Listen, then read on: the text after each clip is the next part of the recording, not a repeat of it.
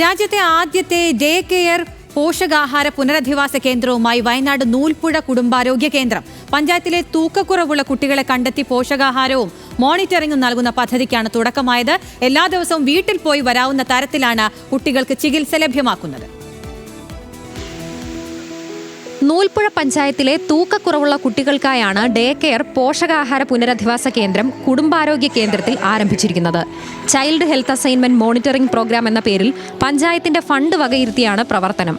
പഞ്ചായത്തിൽ തൂക്കക്കുറവുള്ള 17 കുട്ടികൾക്കായാണ് ദിനം പ്രതി വീട്ടിൽ പോയി വരാവുന്ന തരത്തിൽ പുനരധിവാസ കേന്ദ്രം തുറന്നിരിക്കുന്നത്.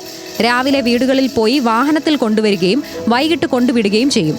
പകൽ സമയങ്ങളിൽ ഇവർക്ക് ആവശ്യമായ ഭക്ഷണങ്ങൾ ന്യൂട്രീഷന്റെ നിർദ്ദേശപ്രകാരം നൽകുകയും രാത്രി കഴിക്കാനുള്ള ഭക്ഷണം വീട്ടിലേക്ക് കൊടുത്തുവിടുകയും ചെയ്യും. കൂടാതെ ഡോക്ടറുടെ പരിശോധനയും കൃത്യമായി നടക്കുന്നുണ്ട്.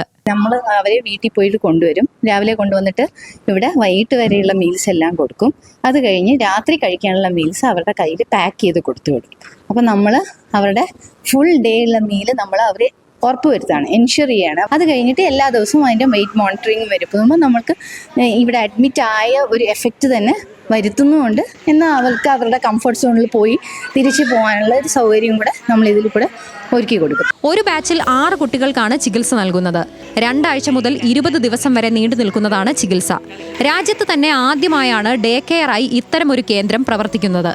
മറ്റിടങ്ങളിൽ താമസിച്ച് ചികിത്സ തേടുമ്പോൾ ദിനവും വീട്ടിൽ പോയി വരാമെന്നതിനാൽ ഗോത്രവിഭാഗം കുട്ടികൾക്കടക്കം പദ്ധതി ഏറെ പ്രയോജനപ്രദമാണ്.